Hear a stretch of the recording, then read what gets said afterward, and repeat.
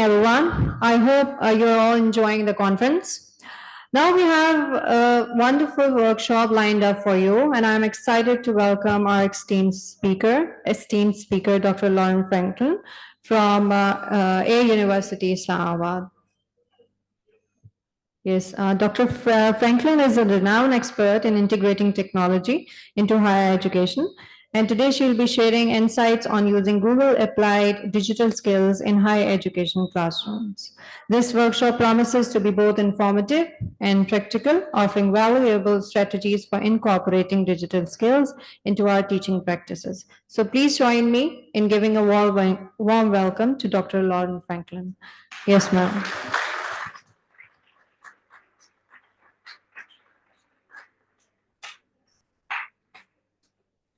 Thank you, everyone. Just give me one moment to pull my slides up.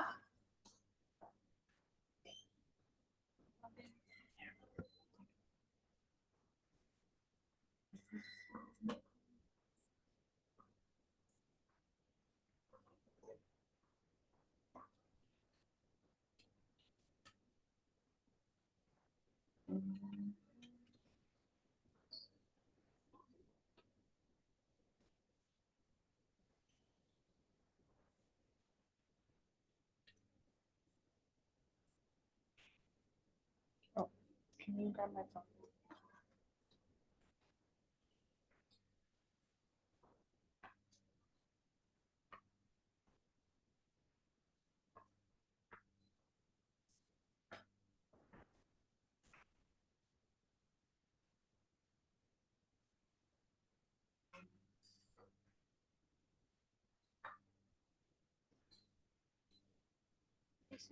Yeah.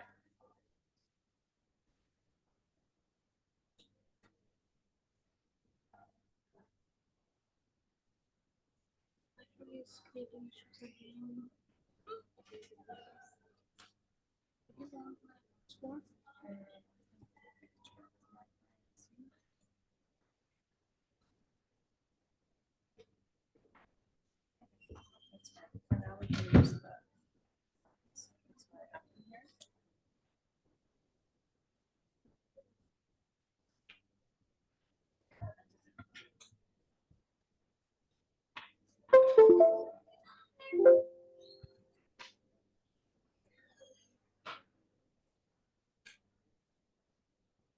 this one. Take it. No, that's fine. Take it. And the slides.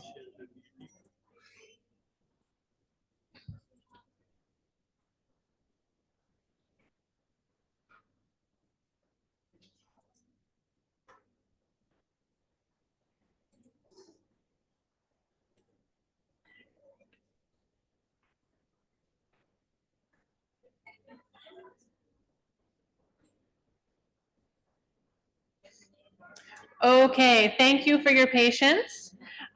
So today I want to introduce to you a tool called Google Applied Digital Skills.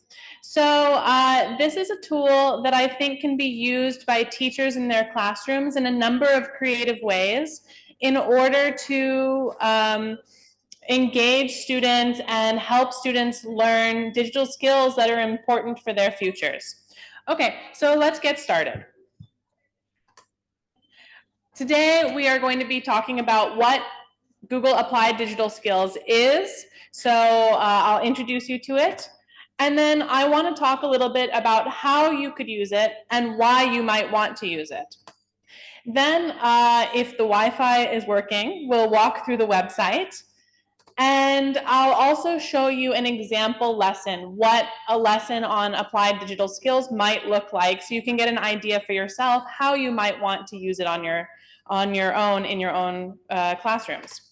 And then finally, we'll reflect and discuss in order to gain more ideas about how it could be useful for you, and maybe you can inspire some other people as well with your ideas. Okay, so what is Google Applied Digital Skills? Have any of you heard of it? No, okay. So it's a free online digital skills curriculum that uses videos and projects to teach learners about digital literacy. And it includes lessons about academic, professional, and life skills, lots of different kinds of lessons. And it also includes resources for teachers and students. So for example, it has full lesson plans and sample rubrics. So if you're a teacher and you want to incorporate this into your classroom, a lot of the tools are already built in for you.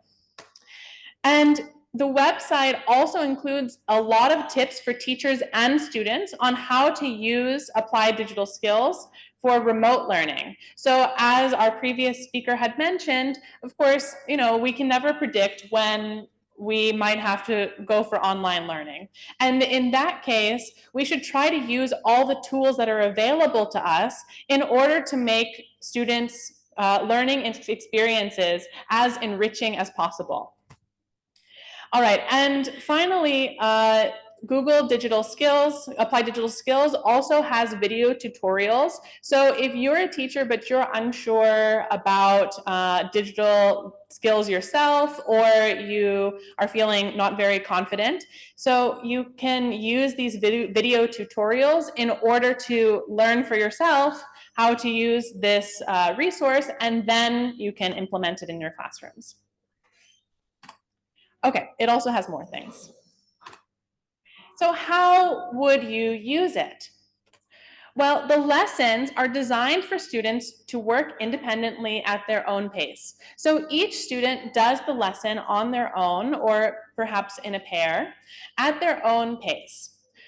And the lessons are organized by topic, digital tool, audience, and type. So this would be multi-lesson unit or a standalone lesson. So all these the ways that lessons are organized here can help you decide which lessons you want to use for your students. All right, and there are also extra modules for fast workers. So say you're in the classroom, you're using a tool like this. Many of you might have had the experience in the past where some of your students are exceptionally fast workers, right?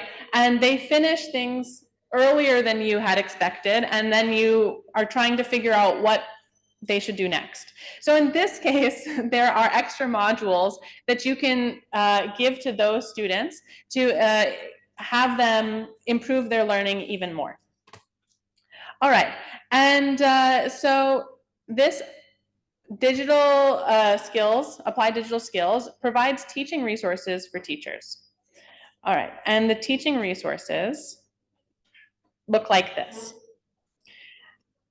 So the teaching resources include lots of different things for you. For example, a getting started guide, which we'll look at in a few minutes, remote learning tips. Some of you are students, I know, and maybe will go on to teach younger students in the future. So for you, having a guide to help you with explaining what this is to their parents and maybe explaining how to use this to their parents, that's available as well. There are also lesson certificates, so you can provide your students some extra motivation to complete these lessons, and you can give them personalized certificates to show, okay, they've completed this course on critical thinking or whatever you've chosen. And then there are a number of other things as well. There's a help center, lesson plans, and lesson rubrics, like I said. It also guides you through everything you'll need in order to use this in your classroom. Again, it has video tutorials for teachers specifically, example projects, and more. So we'll come back to that shortly. Okay. So the other thing that it has is stories from other teachers. And this is very interesting because you can hear from teachers around the world who are using this in their own classrooms. And you can find out what sorts of challenges they have in their classrooms, what kinds of needs their student has, and you can then learn from their experiences and use this platform for your own students as well. So for example, this teacher is called Dubuis, and he teaches in the state of Utah in the United States. And so he talks about why he wants to be a digital skills educator and what his goals are for being a digital skills educator. And so part of this whole conference is understanding how we can incorporate digital skills for higher education, right? We all know that it's important. We all know that the world is heading in that direction. So how do we do it? And how do we make sure that our students are prepared? So he has some ideas. He also talks about his favorite lessons and why this can serve as inspiration for you. And he also talks about how he might plan on using the curriculum in the future. So there are lots of inspiring stories from teachers as well, in case you're not sure what to do with your students or you want a little bit of help thinking outside the box.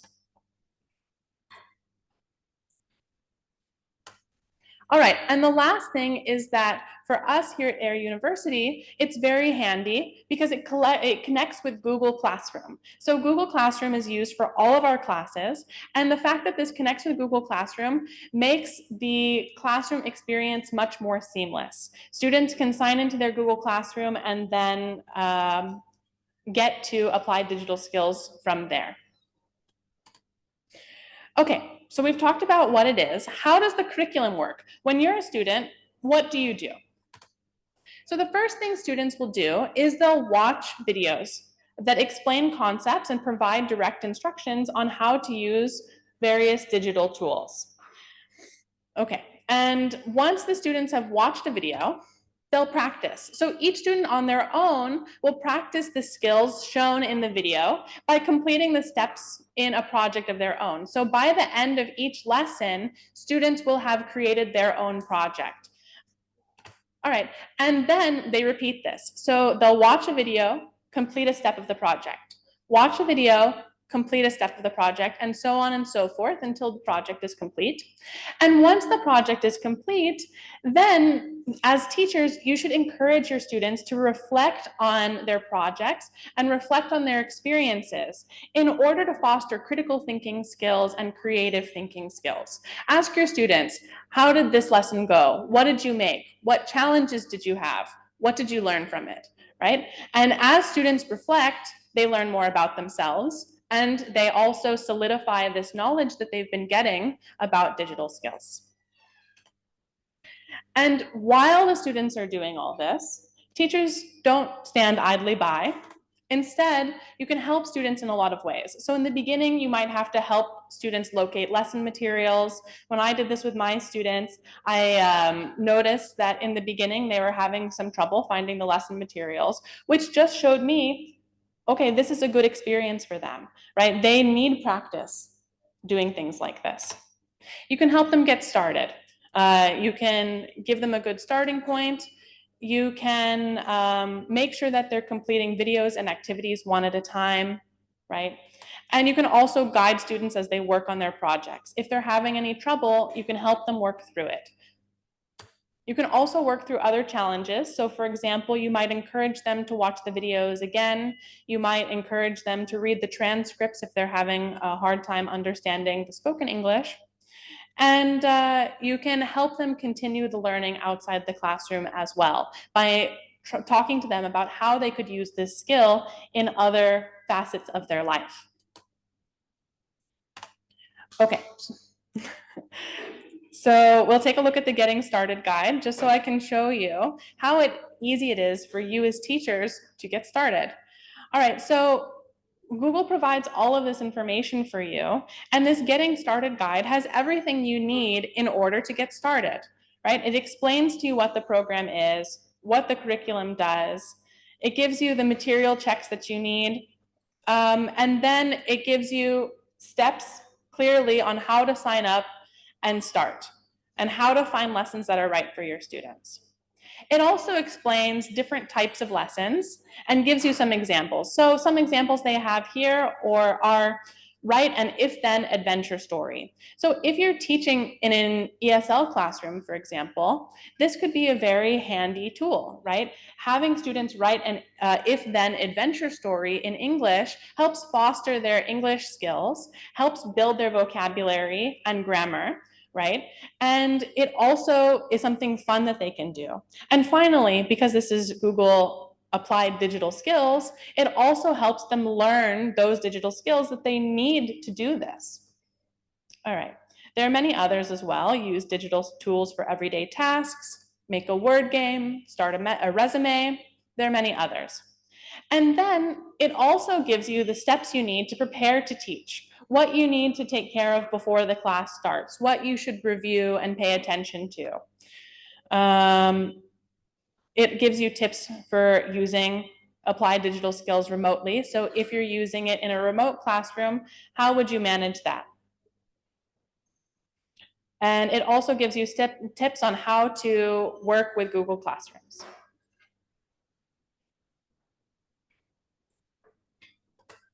Okay, so we've talked about what it is, what it does. Now let's talk about why you might want to use it. Okay, so the first thing is that our students have varied access to technology, right? They have different backgrounds, and different students have had different access to technology in their lives, right? But in the future, we all need to use technology, and even in a university setting, we all need to use technology. So how do we get all of our students on the same page? This is one way that we can work on that. This is one way that we can help our students to get on the same page. Digital literacy is also becoming more and more important in academic and professional life. It's not going away. And so, because it's not going away, we should foster our students as they learn about digital literacy. Another great thing about this program is that students can learn skills and concepts simultaneously. They learn digital skills while practicing other types of concepts, right? If they're writing an if-then story, they're learning English concepts, storytelling concepts, maybe logic concepts, but they're also learning the skills to use digital tools to do that.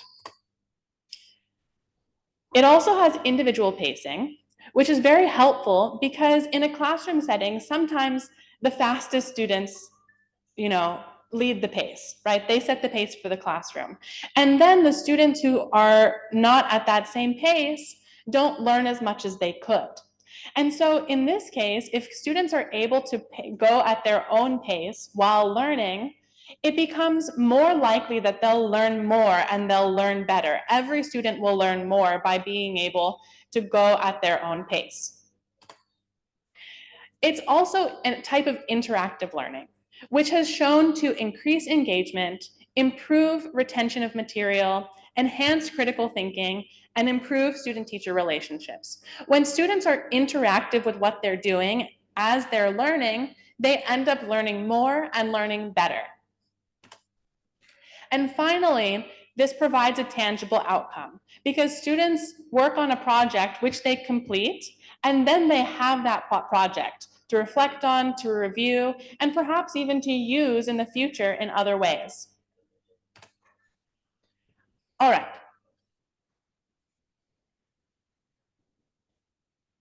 So,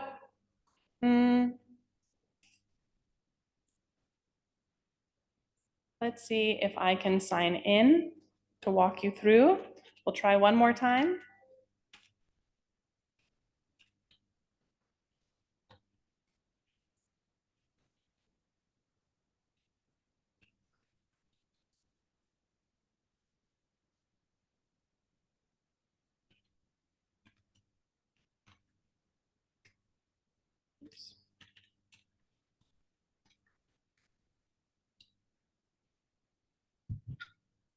Okay, and if this doesn't work, then I encourage you to check it out on your own.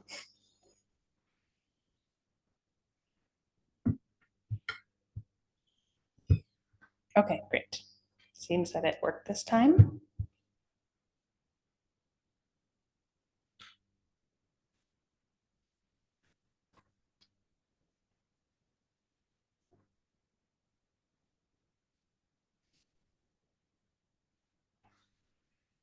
Okay, so I actually made a class just for this workshop.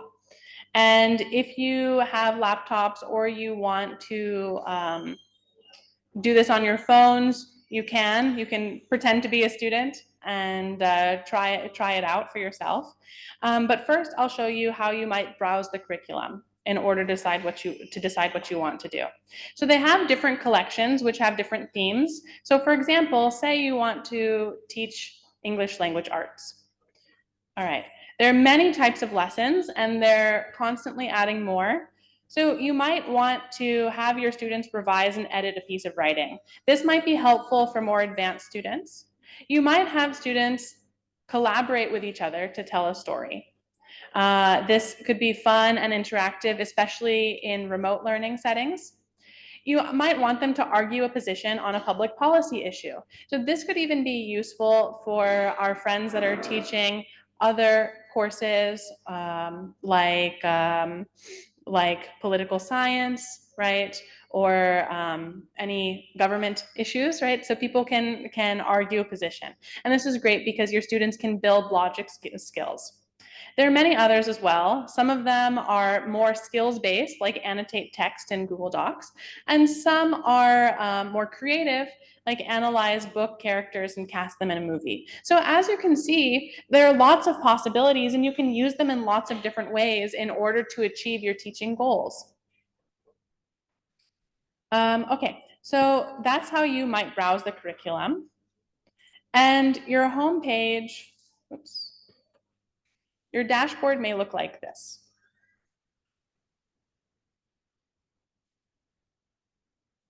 Another thing that I'll note is that you can also download everything in advance for your class.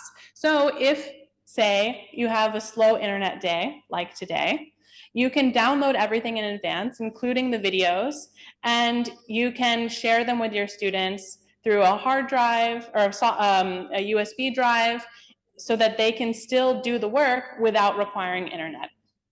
Okay.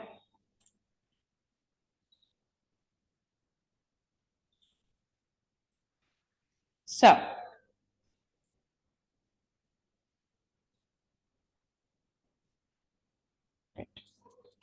let's do an example lesson. Okay, in this example lesson, we're going to do something called Discover AI in Daily Life.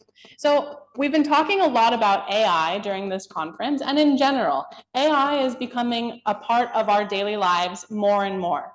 But students might not always understand how it works or what its limitations are, right? I've noticed that myself. Sometimes my students use AI as if it knows everything, when in fact it doesn't. Right.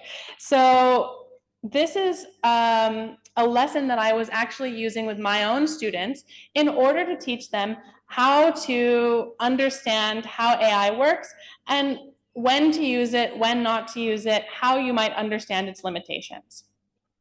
So if you all want to join this, you can go to, you can Google Applied Digital Skills and it'll take you to the website. Applied digital skills.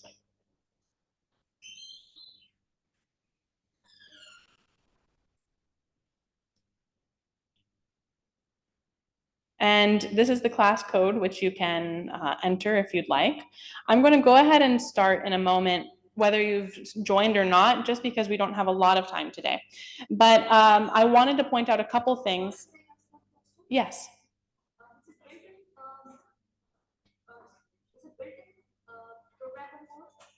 Sorry? Yes, it's a built-in course. So how can I search it? How can I access it? Because there are different options given here. Mm-hmm. So how can I search it? Okay, if you're doing this with your students, it's very easy to send them the link. In this case, if you're a student, you would have a different dashboard than this. So right now I'm set as teacher role. If you're a student, yeah, then you can basically add a class and then you can put the class code in for your class. Yes. Okay, good question. So if you have started it as role of teacher, you can switch back and forth, which is actually great because then if you want to learn things on your own, you can use that. So basically you would click teacher at the top and then you would go to change account role.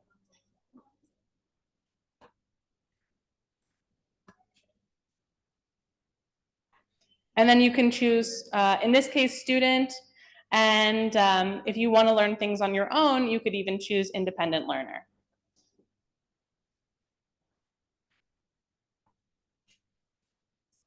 Mm-hmm. Yes. There are a lot of people, students and teachers as well who might be a little resistant and hesitate towards using technology and incorporated stuff in classrooms as well. So how hesitant and how resistant do you think people would be, like teachers and students both, when it comes to using this platform instead of using something like more simpler like ChatGPT? Because that too provide lessons, right? Classroom lessons and stuff. So yeah. wouldn't I myself as well and other people who wouldn't be like more lean towards that technology, because that AI we just have to give it the prompt and it'll provide us with the whole lesson plan. Mhm. So what? I think that there is a place for both, really. So you'll see how the lessons work here, but they can. One great thing about Google Applied Digital Skills is that the full lessons are. There are full lessons that have been made by humans and tested by humans. So as we know, sometimes ChatGPT, even though it gives us a lesson, it might not be exactly what we want. Yeah, exactly. And a lot of times ChatGPT's lessons also tend to be rather simplified. Yeah. And so in this case, your students can learn from something that's been created by a person, but you yourself as a teacher don't have to be an expert in any of these digital skills in order to use this in your own classroom. Yeah. Okay. So we'll go back to the class now. And if you've joined, I should be able to see it. Yes, it's just taking a minute to load.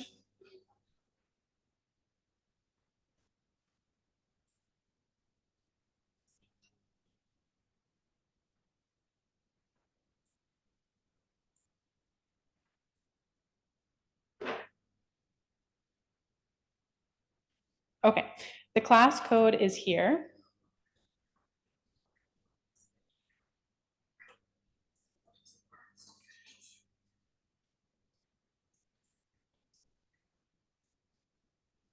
Okay. And you'll notice you can see the progress summary of your students. So this is something that's also very helpful in a remote classroom setting, right? You can track what your students are doing and how much they're completing. You can also see who is connected. I can see who's connected over here, and now you can too. Thank you for connecting. And you can see what they're working on when they start working on things. So you can keep track of what your students are doing, even though you're not in the same room as they are. So this is very, very handy. Okay, so let's see what this lesson might look like. So when a student opens the lesson, it'll look like this, and they'll press start. And the first thing they'll do is see a video. So let's watch the video. It's about 5 minutes long. We'll see if we want to watch the whole thing or just part of it. But I'll show you what the video might look like. Have you ever wondered how an app can recommend movies that you may like? Or how a computer can suggest words to finish a sentence you're typing? Both of these examples, and many more, are made possible by artificial intelligence. In this lesson, you will learn what artificial intelligence is, how people use it every day, and its benefits and challenges. You will also create a project using 3 Google tools: AutoDraw, Google Translate, and Google Slides. Artificial intelligence, or AI for short, is the ability of a computer or machine to think or learn. One common way AI learns is by using powerful mathematical tools to analyze data and look for patterns. Consider the movie app. The app sees many examples of the movies people watch and what ratings they give them. To recommend movies to you, the app can find a set of people who have similar tastes as you and who've watched and liked many of the same movies. Then it can suggest you watch movies they liked that you haven't seen yet. The app may also consider other data, like which actors are in movies you like or which movies have similar images or music. AI has many different benefits like speed, consistency, and accuracy. First, AI can help people by making lots of decisions very quickly. If you asked a human movie critic for recommendations, they would first need to learn about the movies you enjoy, which might take a lot of time. And it would take a huge number of movie critics to make recommendations to everyone who wants to watch a movie. But an AI system can check tens of thousands of movies in less than a second to pick one just for you. At the exact same time, it can make personalized recommendations to many other people. AI can also help people by being more consistent than humans. For example, if AI reviews job applications, it can score them all the exact same way. When humans make decisions, they can be affected by things like how they're feeling that day or whether they're tired or hungry.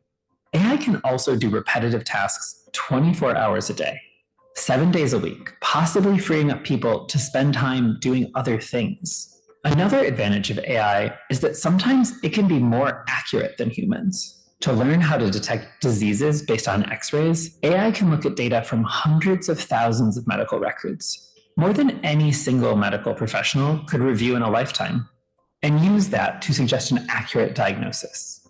AI can sometimes have disadvantages too. You'll learn more about some challenges of AI in a later video.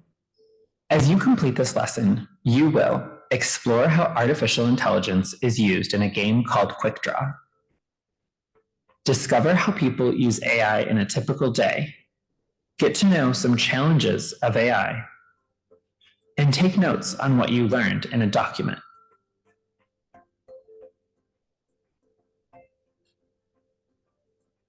Then you will create a Google Slides presentation, draw pictures in AutoDraw, translate words with Google Translate, add the images and translations to your presentation, and link the image and translation slides. This lesson uses Google Slides, but you could apply these skills and concepts in most other presentation applications. For the next few videos, you may work with a partner to answer the questions. You can also work by yourself. To begin, sign into your Google account, open a new tab in your browser, and navigate to google.com. If you're not signed in, do so now.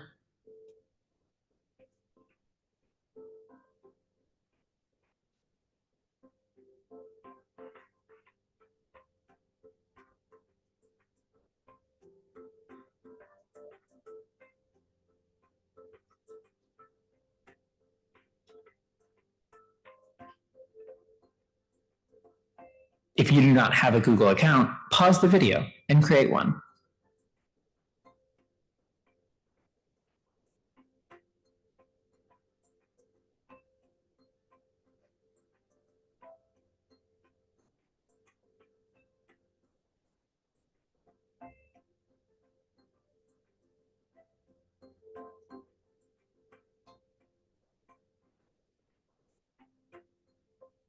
Then, make a copy of the AI Activities and Reflections document next to this video.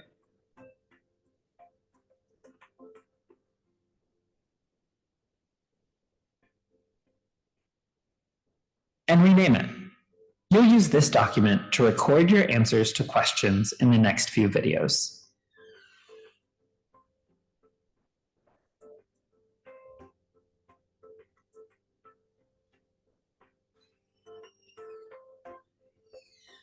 Now it's your turn. Sign into your Google account, make a copy of the document linked next to this video, and rename it. Okay, so that's the end of the video. And now I think you might have a better idea of what this curriculum looks like.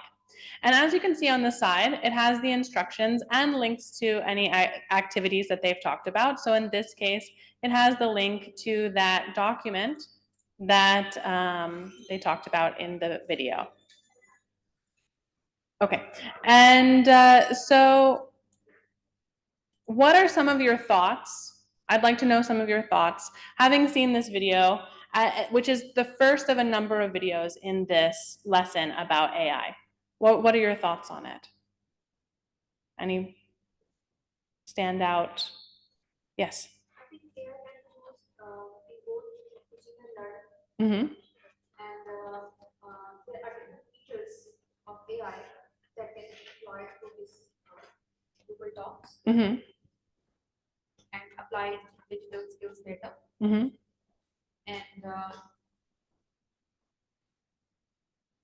different services that they are providing. They have also mentioned that very briefly. Yes, that's true. So they do use their own services. Google uses their own services for these lessons. However, they do mention that you can use your preferred, say, slides maker as well. So students have some flexibility. And again, this is useful if, say, your classroom doesn't have very good internet connection at that time, right? Then you can still use PowerPoint on your own computer, even if you don't have access to Google Slides. All right. May I ask one more question? Yes. Can I connect it with my Google Classroom? Yes. Or should I make it a separate class for this specific skill? You can, I'd say you should connect it with your Google Classroom. It makes it easy for students to join. And then also, I think it makes it easy for students to submit their work after it's done. Yeah. So the other classroom, there were two on my dashboard over here. There were two classes. There was this one, and then there was the one that I used for my actual class. And my students were all able to join it through Google Classroom. And since they already have some experience using Google Classroom, it was fairly easy for them to do so. It's connected, yes. And you can connect with any class that's existing in your Google Classroom, or you could make a new class if you wanted to in Google Classroom. So the other thing, any other thoughts? Yes.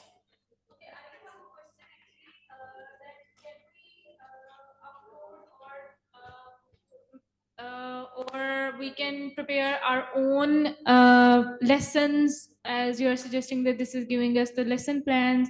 And if we develop our own lesson plans, then can we upload those in this or not? I don't know. I don't think you can upload your own into this, like into applied digital skills. However, I think it's a great idea if you want to take their lesson plans and then adapt it to your own needs.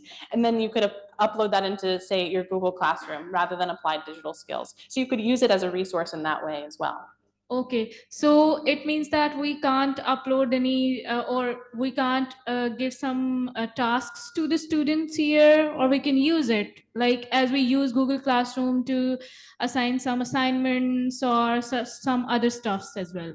Yes, so you can use it.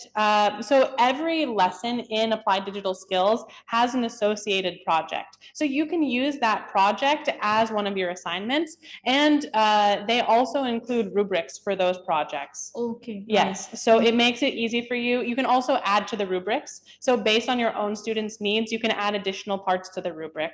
Yes.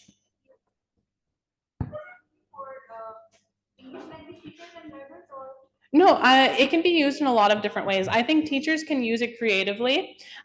Using it from an English language perspective makes a lot of sense because there are specific ESL classes, and there are also, the fact of the matter is the videos are in English.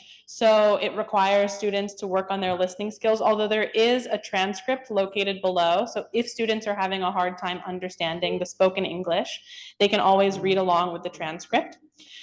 They can also change the playback speed again, but you can use it for other students as well. So for example, in this case, discovering AI in daily life, this can be used with all sorts of students, not just English students, right? If you know that your students use AI, right, and you want them to understand when AI works and when it doesn't work, then this might be a good option. And there are actually many, many other courses on here as well that you could likely use in your own particular course, in your own particular field.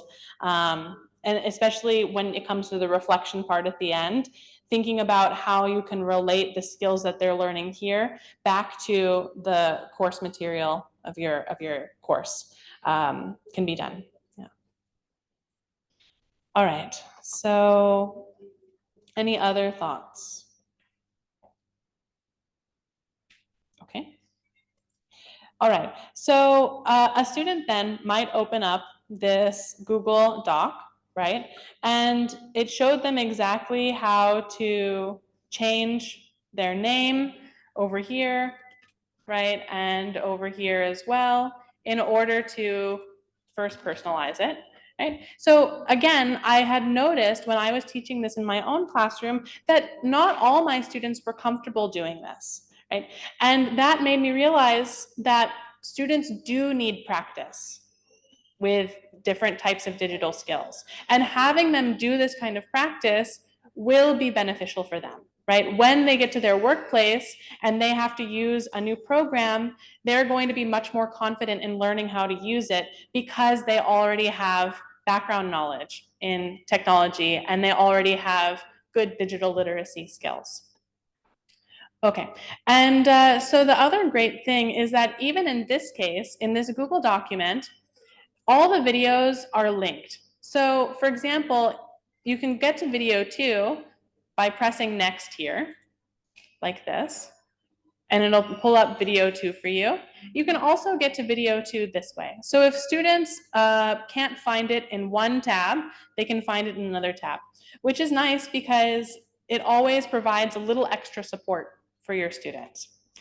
Again, it's very easy to fill in the blanks over here that have been provided. So Quick Draw is a game that's really interesting and fun. And basically, it uses AI to try to recognize what you've drawn. So students can also have some game time while learning, which is another thing that has been shown to be really useful for students' overall learning outcomes. Okay. So that, in a nutshell, is how applied digital skills works. And like I said, again, I would highly recommend that you go on this website on your own and browse the curriculum and see what sorts of things apply to you and your students. Because when I was looking through this, I'm teaching a lot of different classes, and I found things that would be relevant for a lot of my students across these different courses. So try to also think creatively and think about your students' needs in terms of curriculum and digital skills together.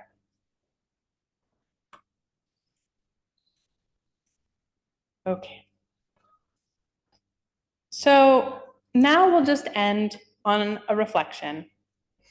Have you, through this workshop, been able to think of any ways that you might use something like this for your own students? Or how might you use this as a tool in your own classroom? Would you use it as a tool? Yes? Great. That's good to hear. I'm glad to hear that. So if you're going to use it in your classroom, I guess you'd have to look through the curriculum in more detail in order to decide exactly how you'll use it. But it's very, very useful. Does anybody else, maybe does anybody have some concerns in using it in their classroom? If so, please let me know what those concerns are. Yes. We are here talking about higher education. Yes. I want to ask, can it be used like the practical skills? Yes, it can. It can. So yes, that's true. Today we are talking about about higher education. However, if you go to browse curriculum, you can see that you can choose by audience. So late elementary is later primary school. You know, once children learn how to read, there are programs for them on here. So if we choose late elementary, for example, then some of these things, it shows them by most popular, although you can change. So according to duration or most recently added. And some of them, again, are more creativity based, like write an if-then adventure story, or create a photo journal in Google Docs, right? And then there are others that are more practical, like use Google Drive to organize files. All of these can be useful for your students. Wage a sea battle with Google Sheets. This is a fun, potentially fun game. I don't know if you ever played the game Battleship, but I believe that this is something like Battleship where you tell each other coordinates. And so that way younger students can learn how to use Excel sheets or Google Sheets in a fun and interactive way. And then later on, they have those skills when they need them for more complex things. Yes, so to answer your question, you can use it for that age group. And all the way up to adult learners. Yeah, sure. You might also find that some of these are good at varying ages, right? Because a lot of it does count on your guidance as a teacher as well. So depending on what you want your students to take from it and what you want them to pay attention to, you can up the level or lower the level, make it more complex or more simple. And it can also start other discussions. So when students understand the basics of AI, then you can have a more in-depth discussion about AI with more advanced students, for example. Any other concerns or questions? And just so you know, I'm not paid by Google. So I found this resource and I thought that it would be useful for you all as well to implement in your own teaching. So I wanted to introduce it to you for that reason. So feel free to, yeah. Yes.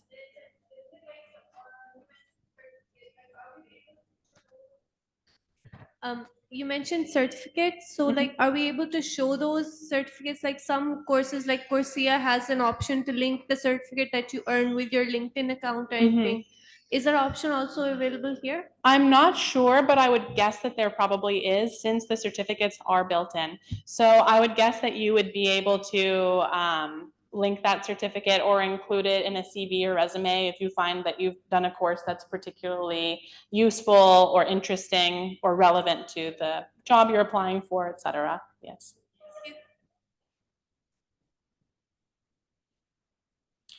Okay, any other final thoughts?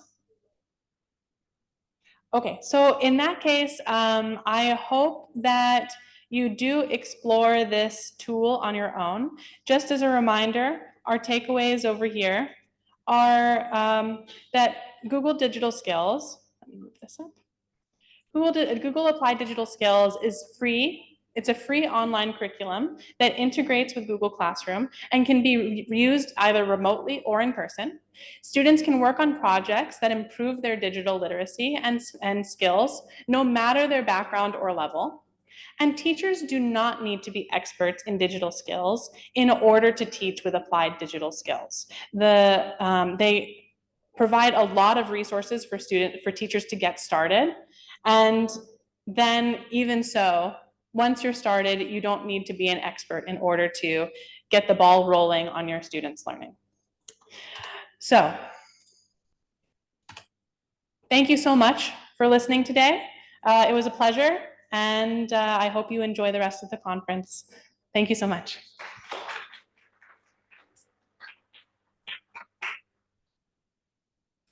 Any questions from the audience?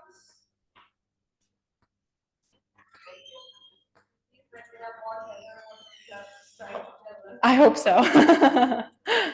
If not, please reach out.